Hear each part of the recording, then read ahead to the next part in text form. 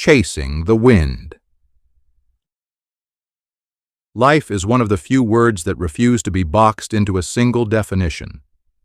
Everyone explains life according to where they stand when they speak. A child thinks life is playing. A youth thinks life is freedom. An adult thinks life is a responsibility. The rich call it opportunity. The poor call it survival. The healthy take it for granted. The sick understands its value. When I was young, I used to wonder how it felt to be old, mature, and independent. I imagined a life where permission was unnecessary, where food choices were mine, where clothes were no longer dreams on shop mannequins, and where my name was on the door of my own apartment. I believed freedom lived somewhere in the future. Little did I know that the older we grow, the more life bends our knees, not in defeat, but in understanding. Adulthood does not arrive with applause. It arrives quietly, carrying bills, expectations, disappointments, and unanswered questions. It arrives with the painful realization that independence is expensive, freedom is lonely, and time is unfair. As children, we rush to grow up. As adults, we wish we had slowed down. We spend our early years chasing things we were told would make us happy. Money, status, validation, applause, and success, only to later discover that happiness was sitting quietly at the dinner table we abandoned. There is a strange tragedy in how humans learn. We only value things after we lose them. We only miss people after they are gone. We only understand family after distance, pride, or death separates us. In the pursuit of becoming something, many of us leave behind the very people who made us someone. We chase careers and forget conversations. We chase cities and forget our homes. We chase applause and forget affection. We chase the wind, only to realize it was never meant to be caught. Family is not perfect. Family is messy, loud, demanding, and sometimes painful. But family is also the only place where love does not need to be earned. Long before the world knew your name, family knew your cry. Before society judged you, family defended you. Before you succeeded or failed, family believed in you. Yet somehow, family becomes the first thing we sacrifice on the altar of ambition. We tell ourselves, "I'll come back when I make it." But life does not pause while we chase. Parents age quietly. Children grow without asking permission. Moments pass without warning. And one day, you wake up successful, but surrounded by silence. This book is not about regret. It is about awakening. It is about realizing that life is not a race forward, but a balance between moving ahead and holding on. It is about understanding that success without family is noise without meaning. It is about learning that some of the most important things in life cannot be postponed. Because in the end, many of the things we chase are just wind, and the things we neglect were the roots holding us together. Chapter 1. The Hunger to Grow Up. There is a quiet restlessness in childhood that few people talk about. It hides behind laughter, games, and innocent questions, yet it shapes the way we imagine life long before we understand it. As children, we look at adults as finished products, complete, powerful, and free. We believe that growing up is the doorway to everything we lack. To a child, adulthood feels like arrival. When we are young, rules feel like chains. Bedtimes feel unfair. Asking for permission feels humiliating. We dream of a day when no one tells us what to do, when choices belong entirely to us, and when our voices finally carry weight. We think independence is the ultimate reward for patience. So we hurry. We rush through childhood without realizing that it is the only season of life that does not demand explanations. As children, We are allowed to exist without proving our worth. We are loved before we achieve anything. We are protected even when we do not understand danger. Yet we spend those years dreaming of escape. What we did not know then is that the desire to grow up is not really about age. It is about control. Children want control over their time, their bodies, their decisions, and their dreams. They want to feel seen and heard in a world where authority often speaks louder than curiosity.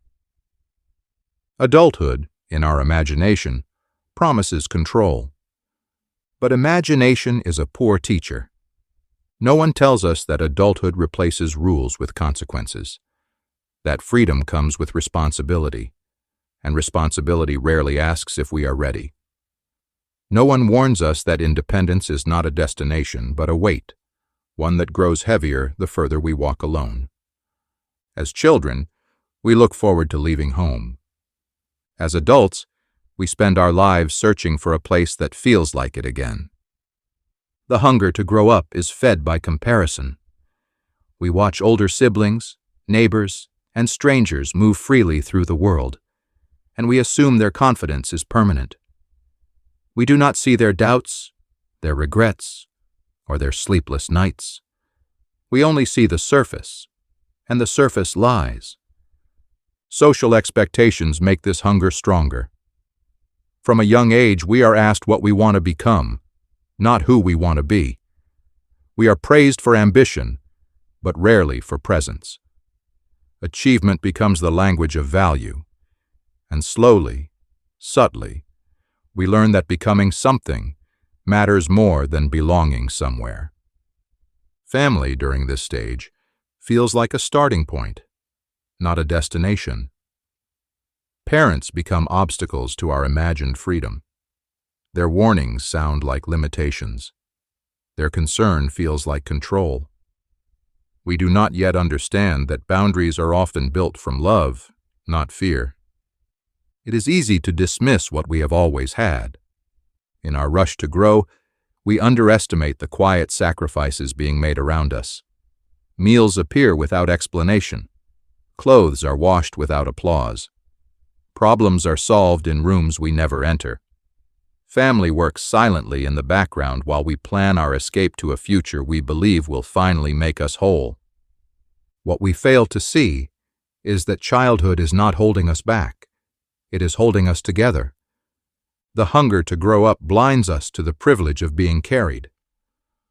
One day we will carry ourselves, and no one will ask if our arms are tired. One day we will wish someone was still watching closely enough to notice when something was wrong. But at that stage, we are too eager to leave. Growing up is not a mistake. It is necessary. But growing up too fast is a loss we only recognize later. There is wisdom in time, and some lessons cannot be rushed without cost. Many adults spend their later years trying to recover what they abandoned early: connection, simplicity, and belonging. They chase success hoping it will replace what they left behind, only to discover that ambition cannot substitute for love. The hunger to grow up is human, but it is also the first step in a lifelong chase, one that, if unchecked, leads us away from the very people who anchored us. And so, the journey begins, not with rebellion, but with longing, not with failure, but with innocence, not with understanding, but with desire. We grow up believing that freedom lives ahead of us, unaware that some of the most important things in life are meant to be held on to, not outgrown. In the chapters ahead, we will explore what happens after we leave, what we gain, what we lose, and what it costs to spend a lifetime chasing the wind. Chapter 2. The Price of Independence. Independence is one of the most celebrated ideas in the modern world. It is praised in speeches, printed on posters, and sold as the ultimate proof of maturity. We are taught that standing alone is strength, that needing less is progress, and that self-sufficiency is the highest form of success. So we chase independence with confidence, unaware that every gift carries a cost. When independence finally arrives, it does not come as a dramatic moment. It slips quietly into our lives through small decisions, moving out, earning our own money, making our own mistakes. At first, it feels empowering. We answer to no one. We make choices without permission. We experience the thrill of control we once dreamed about. But independence does not stay light. Slowly, responsibility begins to pile up. Bills replace allowances. Consequences replace excuses. There is no one to call when the money runs out except ourselves. There is no safety net wide enough to catch every fall. The freedom we admired starts to reveal its hidden weight. Independence teaches quickly, but it teaches without mercy. Loneliness often follows independence, though few admit it. When family is no longer close, silence grows louder. Meals are eaten alone. Celebrations become smaller. Hard days stretch longer without familiar voices to share the burden. We realize that freedom without connection can feel empty. What no one tells us is that independence does not remove dependence. It simply shifts it. We begin depending on our strength, our income, our health, our stability, and when any of these fail, the ground beneath us shakes. In the pursuit of independence, many of us mistake distance for growth. We believe that needing family is weakness, that asking for help means we have failed. Pride disguises itself as maturity, convincing us that we must prove we can survive without anyone. But survival is not the same as living. There is a quiet sadness in watching people succeed outwardly while collapsing inwardly. They achieve goals, collect titles, and build reputations, yet feel disconnected from the very people who once knew them deeply. Independence builds walls quickly, and tearing them down takes courage. The world rewards independence but rarely teaches interdependence. We are encouraged to stand alone, but not taught how to stand together. Family, which once shared our burdens naturally, becomes something we visit occasionally rather than rely on intentionally. And still, life does not slow down. Independence exposes our limits. Fatigue becomes constant. Stress becomes normal. Rest feels earned rather than necessary. We learn that being strong all the time is exhausting, yet we continue because stopping feels like falling behind. Somewhere along the way, we realize that independence does not eliminate fear. It amplifies it. Fear of failure, fear of losing control, fear of being exposed as not having everything figured out. Without the cushion of family presence, mistakes feel heavier.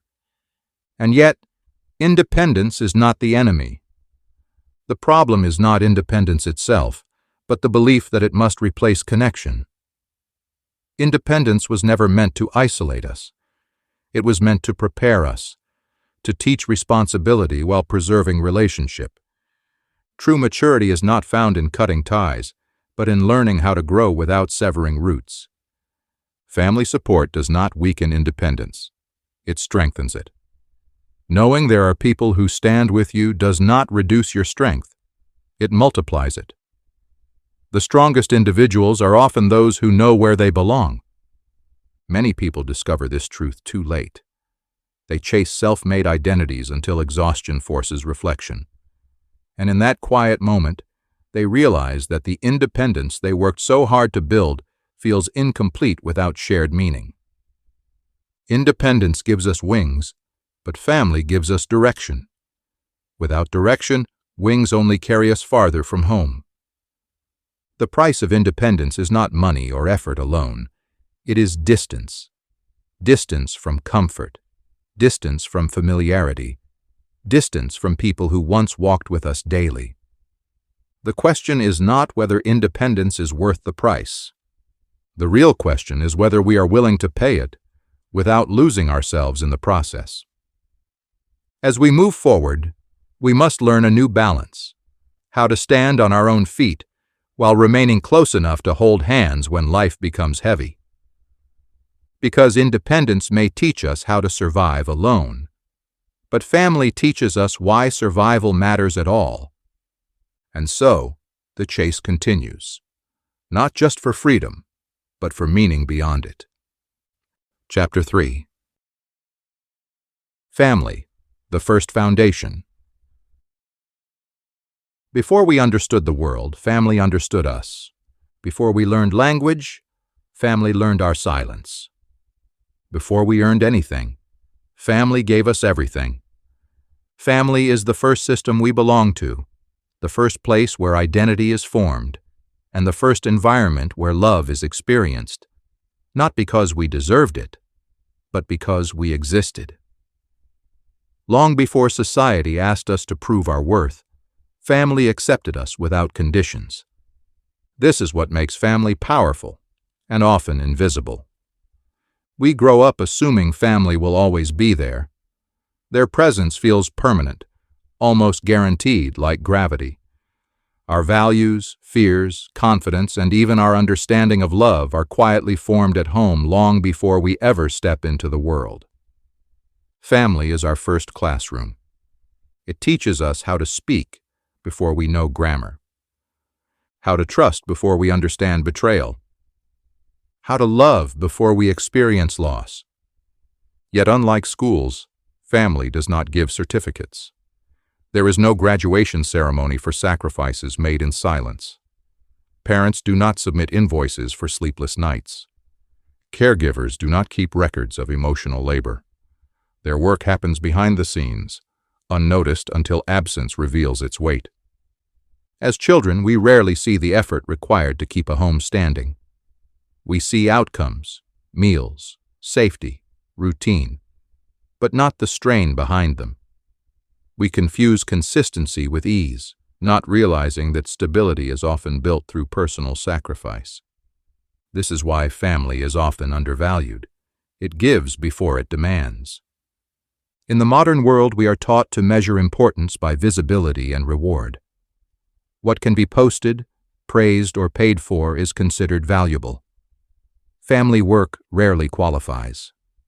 Love expressed through responsibility does not trend. Presence is quiet. Commitment is repetitive. Sacrifice does not announce itself. And yet, these are the forces that hold lives together. Family is the first place we learn who we are allowed to be. For some, it is a place of encouragement and safety. For others, it is complicated, broken, or painful. Not all families are healthy, and not all homes are safe. But even in dysfunction, family leaves marks, deep ones. The absence of love teaches just as powerfully as its presence. Many people spend their adult lives either trying to recreate what they lacked or escape what they endured. Family shapes our expectations of relationships, our tolerance for conflict, and our definition of normal. Whether nurturing or damaging, its influence follows us. This is why healing often begins at home, or with the acknowledgement of what home was. Family is not perfect. It was never meant to be. It is made of flawed humans doing their best with what they know. Understanding this does not excuse harm, but it offers clarity. Many wounds are passed down not through intention, but through unhealed pain. What one generation does not confront, the next inherits. Still, family remains the first foundation. It is the base upon which confidence or insecurity is built. It is the voice we hear in our head long after we leave the house.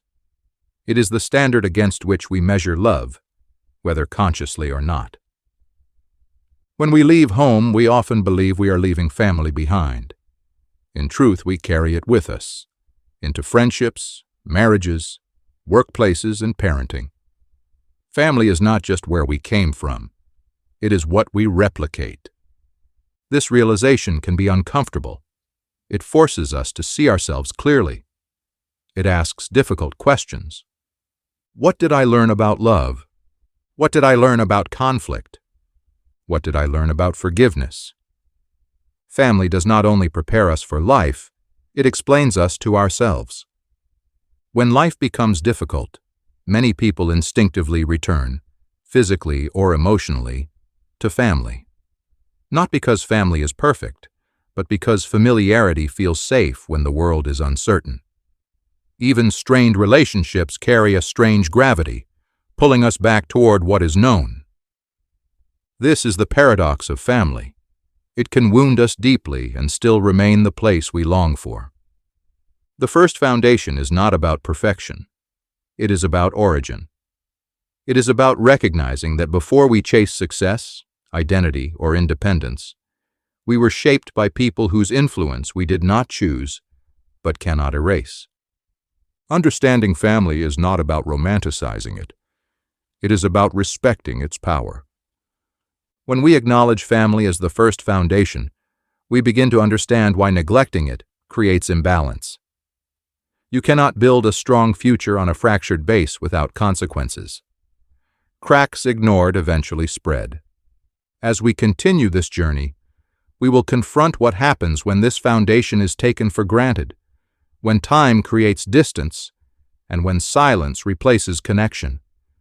Because to understand where we are going, we must first understand what we were built upon.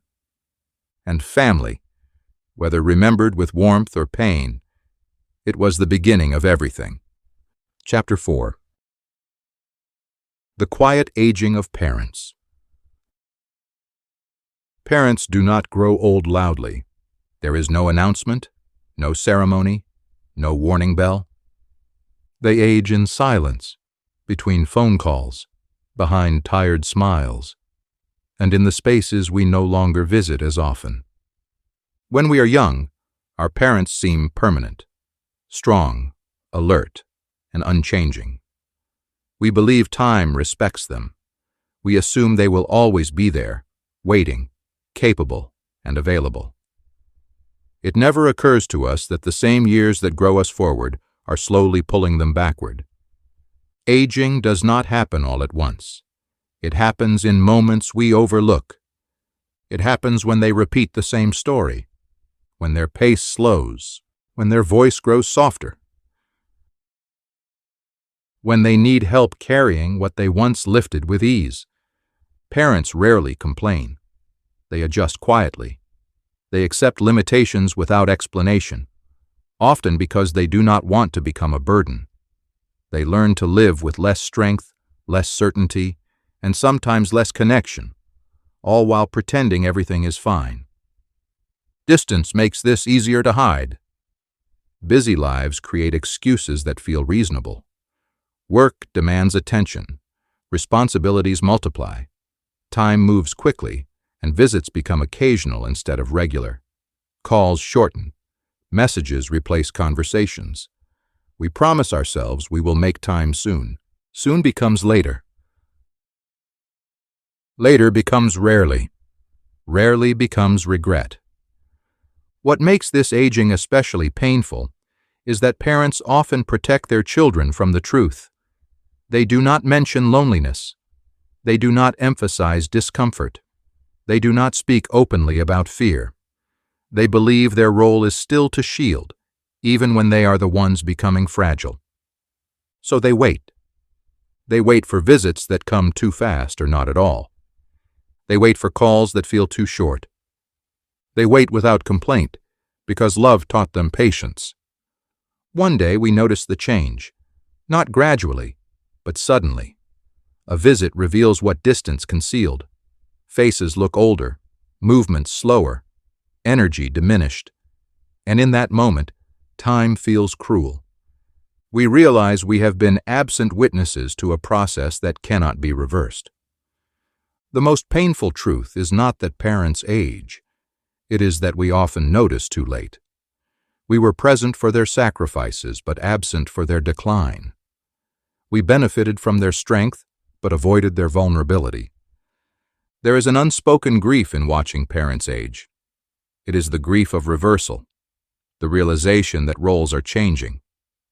The hands that once guided us now tremble. The voices that once corrected us now seek reassurance. Authority gives way to dependence, and love must learn a new language. This transition is uncomfortable. It confronts us with responsibility we did not prepare for. It asks us to show up not as children, but as caretakers, companions, and witnesses. It asks for patience where impatience once lived. Many people struggle with this stage because it disrupts their sense of independence. Aging parents remind us that life is temporary, that strength fades, and that time does not negotiate. It forces us to confront our own future. But avoidance does not stop time. It only steals opportunities. Every missed visit is a memory that never forms. Every postponed conversation is wisdom that goes unshared. Every ignored call is a moment that cannot be reclaimed. Parents do not need grand gestures. They need presence. They need to feel remembered, not managed. They need to know that the years they poured into us were not forgotten once we became busy. Honoring parents is not about obligation. It is about gratitude in action. It is about listening when stories repeat, about patience when movement slows, about showing up even when it feels inconvenient. Because one day, silence will replace opportunity. There is no regret heavier than wishing you had more time with someone who gave you theirs without keeping count. There is no success impressive enough to compensate for absence when presence was possible. The quiet aging of parents teaches a painful lesson. Love must be practiced while there is still time to practice it. Not later. Not someday. Now, in recognizing their aging, we are invited into a deeper form of maturity, one that understands that life's greatest responsibilities arrive quietly, without demand, and leave without warning. And as the chase continues, we must decide whether we will keep running forward or pause long enough to walk beside those who once carried us. Because some of the most important moments in life do not announce themselves. They pass quietly, just like the aging of our parents. Chapter 5. When distance becomes normal. Distance rarely arrives suddenly. It enters quietly, disguised as busyness, responsibility, and progress. It feels reasonable at first, necessary even. Life expands, schedules fill, and priorities shift. Without intention, absence becomes routine. What once felt temporary becomes permanent. In the beginning, distance is justified. We tell ourselves we are building something important. We are chasing stability, success, or survival. Family understands, we assume. They always have. So we stretch the space between visits, shorten conversations, and replace presence with promises. Soon becomes later. Later becomes rarely. Rarely becomes normal. The most dangerous thing about distance is not the physical space. It is the emotional adjustment that follows. We grow accustomed to not knowing. We stop noticing changes. We stop asking questions. Silence no longer alarms us. Distance rewires expectations. Birthdays are remembered late. Conversations stay surface level. Shared traditions fade quietly. We convince ourselves that love does not require proximity. While this is partly true, love without presence slowly loses intimacy. Relationships survive, but they thin. They become polite instead of personal. Technology gives us the illusion of connection. Messages replace voices. Emojis replace emotion. A quick, "How are you?" substitutes for real listening. We stay informed but not involved, updated but not engaged. And over time, emotional muscle weakens. Distance makes confrontation uncomfortable. Difficult conversations are postponed because they feel awkward after long silence. Misunderstandings accumulate because clarification feels intrusive, Eventually, it feels easier to stay distant than to repair closeness. This is how relationships fade, not through conflict, but through neglect. Family bonds are especially vulnerable because they rely on history. Shared memories hold them together, but memories alone cannot sustain connection. Without new moments, relationships begin to live only in the past. Distance also creates assumptions. We assume everyone is fine. We assume someone else will check in. We assume there will be time later to reconnect deeply. These assumptions protect us from guilt, but they do not protect relationships. The tragedy is that distance often develops between people who still care deeply about each other. Love remains, but familiarity disappears. When reunions happen, they feel slightly uncomfortable, like meeting someone you once knew well. This discomfort reinforces separation. When distance becomes normal, effort feels unusual. Showing up feels like interruption. Reaching out feels awkward. What once required no thought now requires courage. Many people wait for a crisis to reconnect, a sickness, a loss, an emergency. Pain becomes the bridge where intention failed. But connection rebuilt through crisis carries the weight of regret. Distance teaches us a harsh lesson. Relationships do not disappear because people stop loving. They disappear because people stop showing up. Reversing distance requires humility. It requires admitting absence. It requires reaching out without guarantee of response. It requires choosing presence even when it feels inconvenient or uncomfortable. Closeness is not restored through explanation. It is restored through consistency. Family relationships are not maintained by obligation alone. They require intention, attention, and time. When these are absent, distance fills the space. If left unchallenged, distance does not remain neutral. It grows, it hardens, it reshapes expectations until reconnection feels foreign. But distance is not destiny. The moment we recognize it, we regain choice. We can interrupt patterns. We can rebuild routines. We can replace assumption with action. When distance becomes normal, it is a signal, not of failure but of neglect. And neglect, unlike loss, can still be corrected. The question is not whether distance exists. The question is whether we will accept it as permanent. Because every relationship we allow to drift is another place where silence replaces belonging. And the longer distance stays, the harder it becomes to remember why closeness mattered in the first place. Chapter 6. Love, Marriage, and the Home We Build. Love is often spoken about as a feeling, but marriage quickly teaches us that love is a decision. Feelings arrive easily. Commitment does not. Attraction is instant.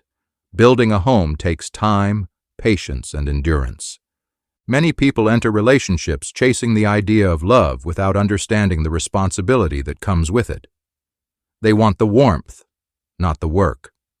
The celebration, not the sacrifice. But love that lasts is not sustained by emotion. It is sustained by intention. Marriage is not just the joining of two people. It is the merging of histories. Each partner brings lessons learned from their family, whether healed or broken. Expectations, habits, and fears enter the relationship quietly, often unnoticed, until conflict exposes them. This is why love alone is not enough. Two people can care deeply for each other and still struggle to build a healthy home. Without awareness, unresolved wounds repeat themselves. What was normal in childhood becomes familiar in adulthood, even when it was harmful. The home we build becomes a reflection of the homes we came from. Some people recreate warmth because they experienced it. Others recreate chaos because it feels familiar. And some, afraid of repeating the past, build walls so strong that intimacy cannot breathe. Marriage reveals us. It exposes how we handle conflict, stress, disappointment, and responsibility. It reveals whether we listen to understand or listen to defend. It shows whether we prioritize winning arguments or protecting connection. Love in marriage is often tested in ordinary moments, not grand crises. It is tested in exhaustion, misunderstanding, financial pressure, and unmet expectations. It is tested when life feels repetitive and appreciation fades. The danger is not conflict, it is neglect. Homes break down not because people stop loving, but because they stop communicating. Silence replaces honesty. Assumptions replace curiosity. Distance grows inside the same walls. Children notice these shifts long before adults admit them.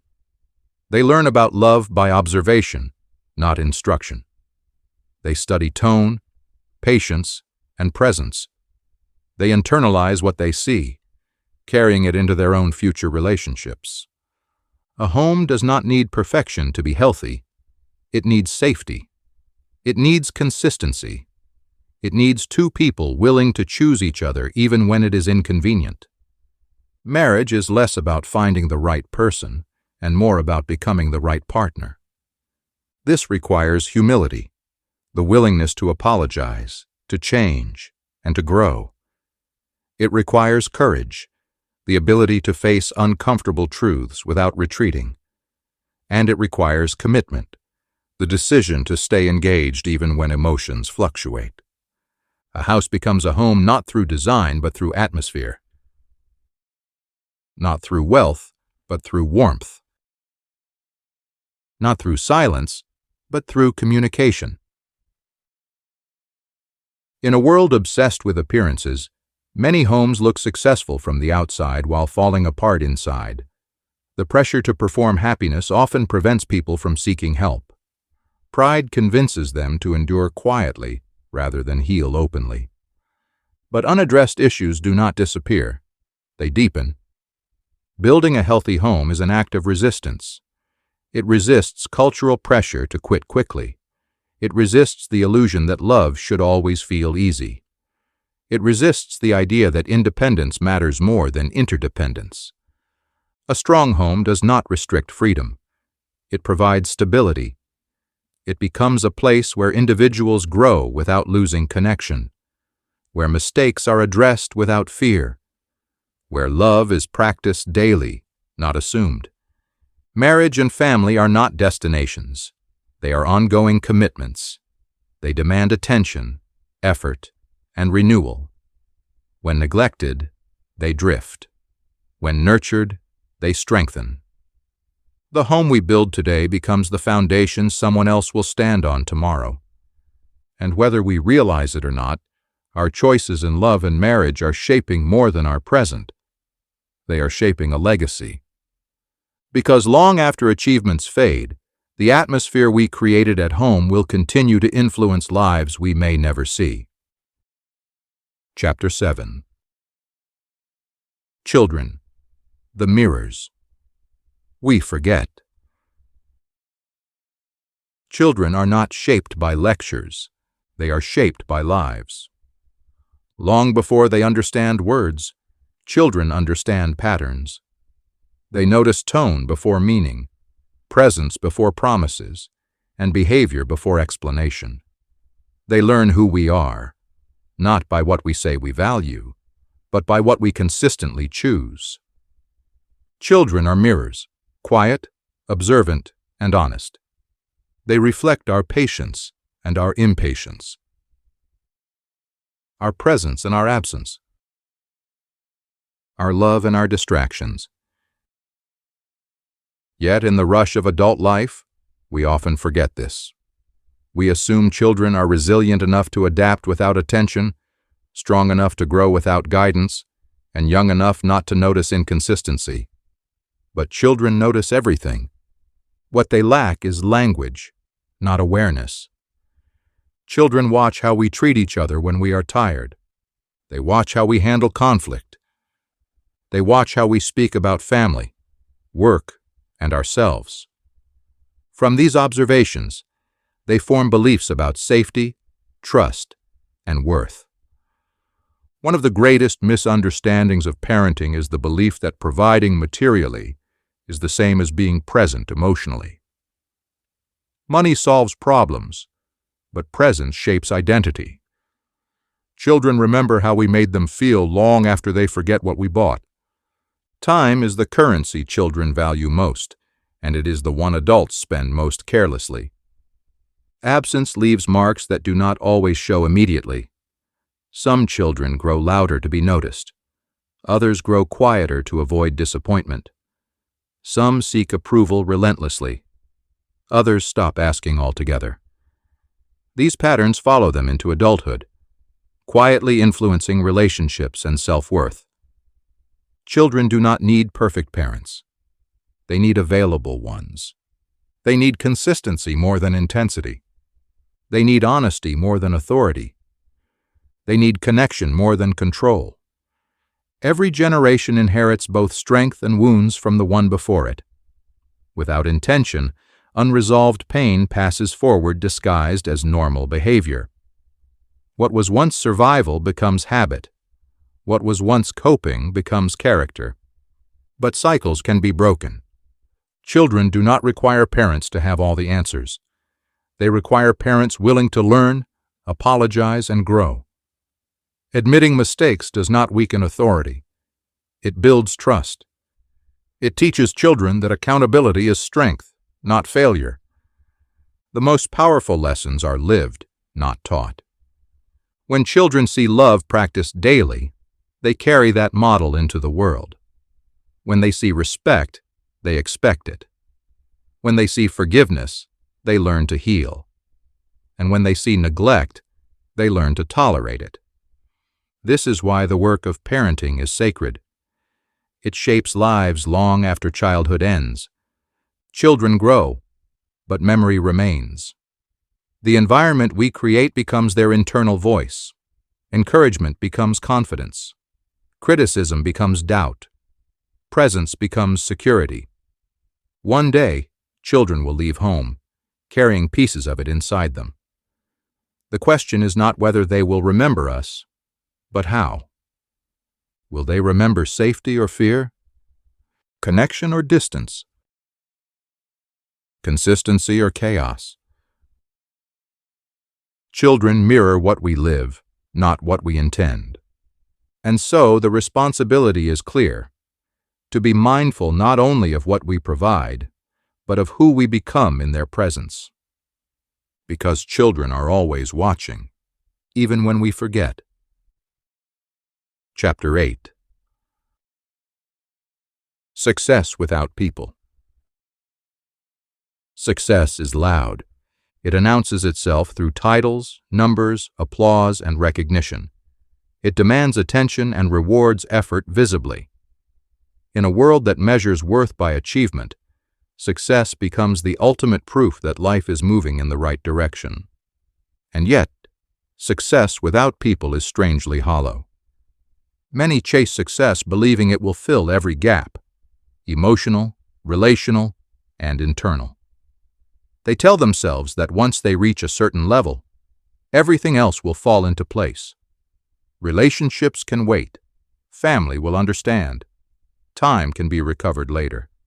But later is not guaranteed. Success has a way of narrowing focus. It rewards obsession and praises sacrifice, often without asking what is being sacrificed. The climb demands time, energy, and attention, the same resources relationships need to survive. Slowly, unintentionally, people are left behind. At first, the trade-off feels worth it. Progress feels exciting. Recognition feels validating. The world responds positively, reinforcing the belief that this path is right. But while success grows publicly, connection often shrinks privately. Achievement fills calendars but empties rooms. There is a quiet loneliness that accompanies success when it is not shared. Victories feel incomplete without people who truly know you. Applause fades quickly when there is no one to celebrate with afterward. Many successful individuals experience this contradiction. They are surrounded by people, yet deeply alone. Networks replace friendships. Meetings replace conversations. Visibility replaces intimacy. Success creates admiration, not belonging. Belonging comes from shared history, vulnerability, and presence. Things success does not automatically provide. In fact, success often discourages vulnerability. It pressures people to maintain an image, to appear confident, capable, and unshaken. Admitting loneliness feels like weakness in a culture that worships achievement. But humans are not designed to thrive alone. No amount of accomplishment can replace connection. No title can substitute for love. No recognition can quiet the need to be known. Success is meaningful when it adds to life, not when it replaces it. The danger lies in confusing success with fulfillment. Fulfillment comes from alignment, when achievements support relationships instead of undermining them, when progress includes people instead of excluding them. Many only realize this after reaching goals they once dreamed about, only to feel an unexpected emptiness. The destination disappoints because it was never meant to satisfy alone. Success answers the question, "What have I accomplished?" People answer the question, "Why does it matter?" Without people, success becomes a performance, impressive but fragile. When life slows down, when applause fades, when challenges arise, it is not success that shows up, it is people. The ones who listen, stay, and remember who you were before the achievements. This is why relationships must be protected, not postponed. True success allows space for connection. It does not require isolation. It does not demand the abandonment of family. It understands that the strongest foundations are relational, not professional.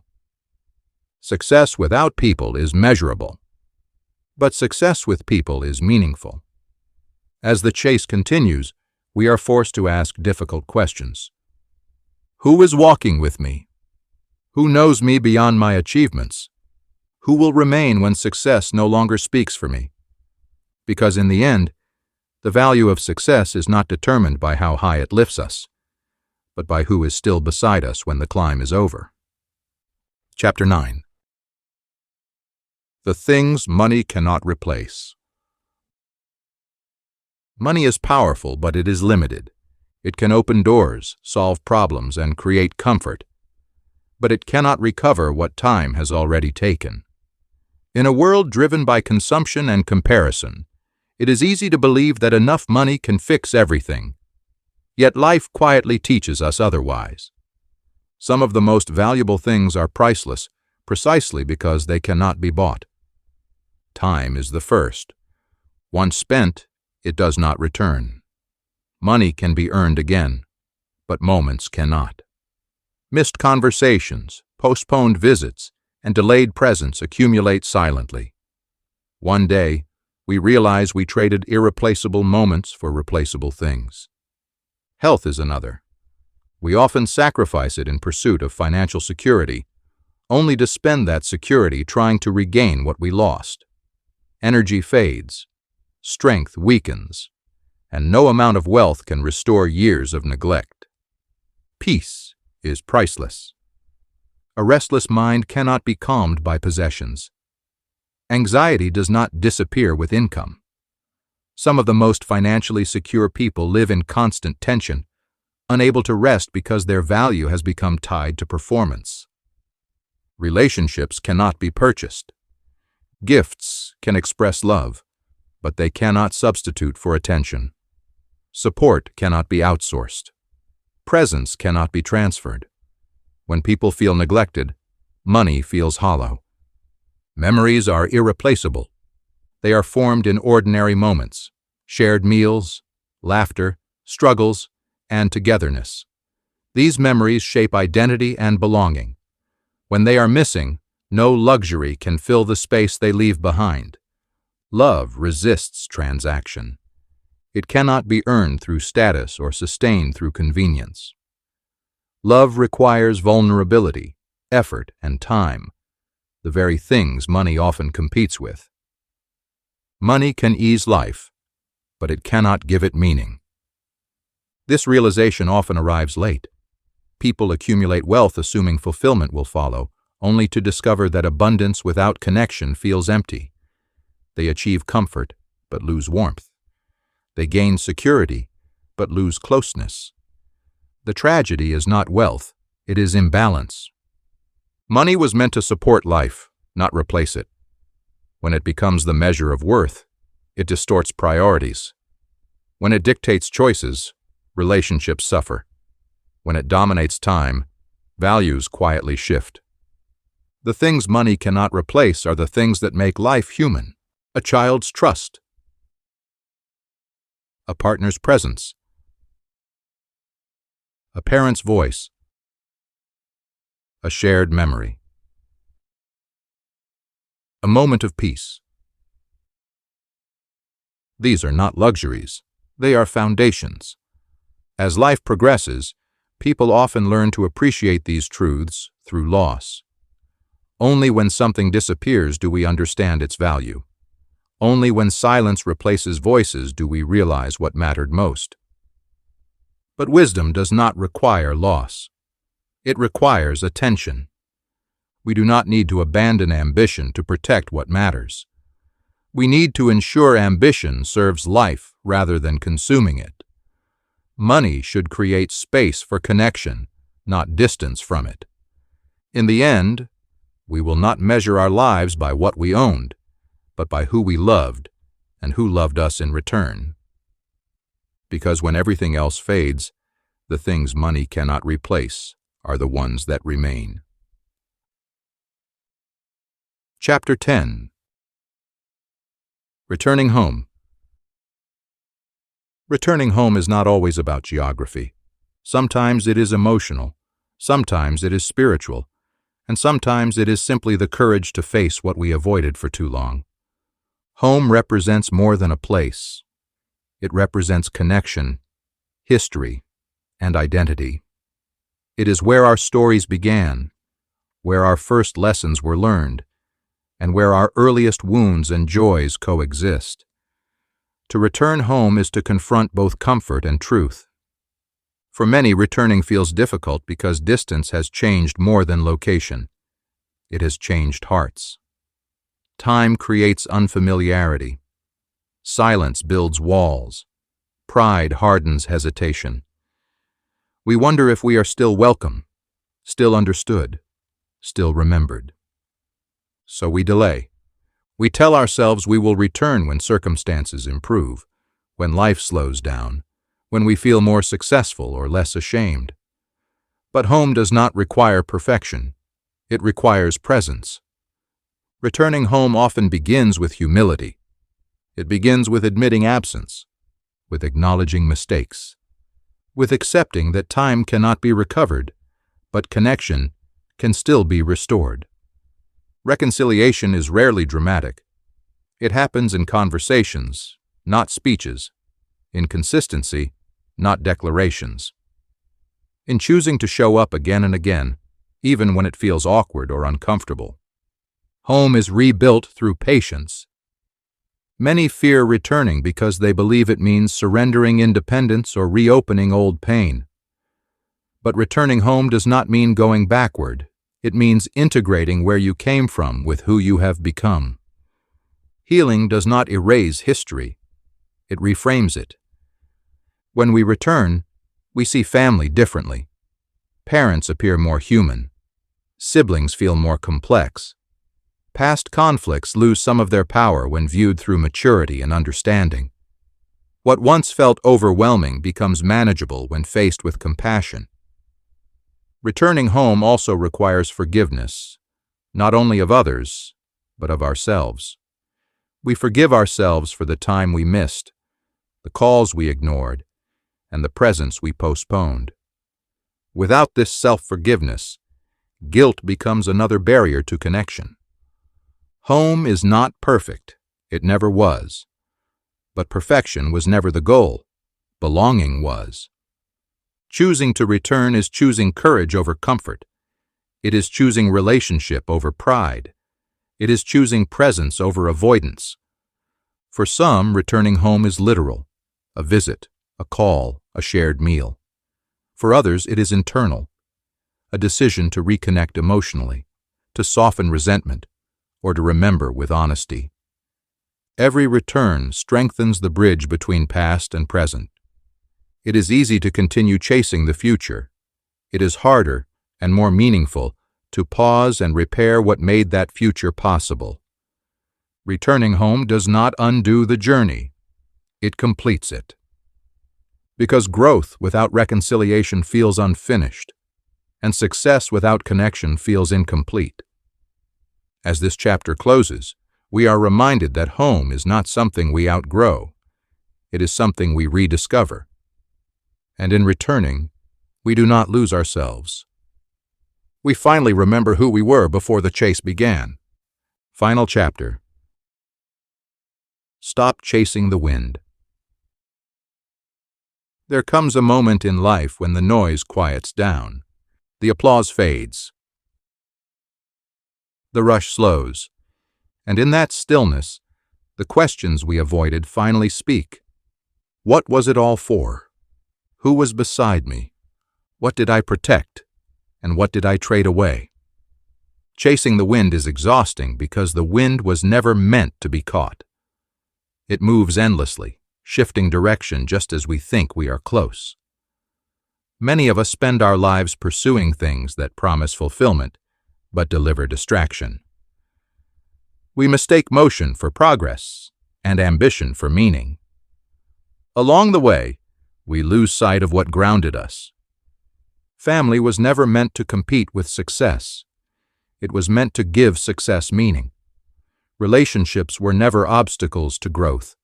They were the soil from which growth was supposed to rise. But the world teaches us otherwise. It teaches us to move fast, achieve more, and pause less. It praises independence and minimizes interdependence. It celebrates arrival, but ignores what is abandoned along the way. And so we chase. We chase approval. We chase security. We chase significance. Only to discover that the things we were running from, or postponing, were the very things that could have sustained us. This book was not written to condemn ambition. Growth is necessary. Progress matters. But growth without roots leads to instability. Progress without connection leads to emptiness. Life is not measured only by what we build, but by what we preserve. Family is not perfect. It never has been. But it remains one of the few places where love can exist without performance, where presence matters more than status, where belonging is not earned but offered. To stop chasing the wind does not mean giving up dreams. It means choosing wisely which dreams deserve your time. It means recognizing that some doors close quietly while we are distracted elsewhere. That some voices fade while we assume there will always be time to listen. That some relationships need attention now, not intention later. The most meaningful returns in life are not to places, but to people. If there is one invitation this book offers, it is this. Pause. Pause long enough to remember where you came from. Pause long enough to reconnect with those who still care. Pause long enough to choose presence over postponement. Because one day, the chase will end for all of us. And when it does, what will matter most will not be what we accumulated, but who we loved, who loved us, and how we showed up when it counted. The wind will keep moving. The world will keep demanding. But you get to choose what you run after. Choose roots. Choose connection. Choose family. And in doing so, you may finally discover that the life you were chasing was never ahead of you. It was waiting for you to come home. End. Copyright Dove Media Services. Authored by Turia Haruwe Joseph Kabaho.